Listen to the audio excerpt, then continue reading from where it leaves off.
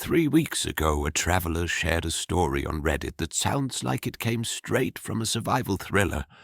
High in the Himalayas, nearly 4,700 meters above sea level, a sudden blizzard turned calm skies into a white abyss. The trail vanished under snow, the sun sank lower, and every breath felt like a struggle for survival. Alone, freezing, and unsure if he'd ever make it out alive. He suddenly saw a shadow emerging from the storm. What it was and what followed is a story you won't forget. The day began calm. The trekker walked steadily, kicking fresh snow off the narrow path. At that altitude, every step was work, but the silence of the mountains gave him comfort. He believed he had time. 1 more hour, maybe less, and he would reach the next village. He didn't yet know how quickly things would change. Then came the shift. The sky turned gray, winds howled like voices of the dead, and snowflakes became walls of white. The trail he trusted disappeared before his eyes. He was no longer walking a path. He was walking into emptiness. For 20 minutes he tried to kick the snow off the trail. For 20 more he walked blind, relying only on an inner compass.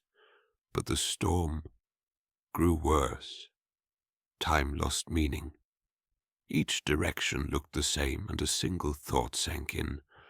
I may not return. Then something moved. At first, just a blur in the storm. He rubbed his eyes, unsure if exhaustion was twisting his mind, but the shape grew clearer. Someone was running toward him, but it wasn't a man. It was a dog. Strong, fast, with fur covered in snow. It barked, circled him, then turned back toward the storm, urging him to follow. He realized this was no random chance. Someone had sent the dog for him. Step by step, the dog led the way. The trekker stumbled, fell, but rose again. And finally, through walls of snow, he saw it. A faint orange light in the distance. A village. Salvation. That night, in the safety of a tea house, he learned the truth. The woman he had stayed with earlier had feared the storm would trap him. She called ahead, asking the next village to send help, and help arrived, on 4 legs. Sometimes survival isn't about strength.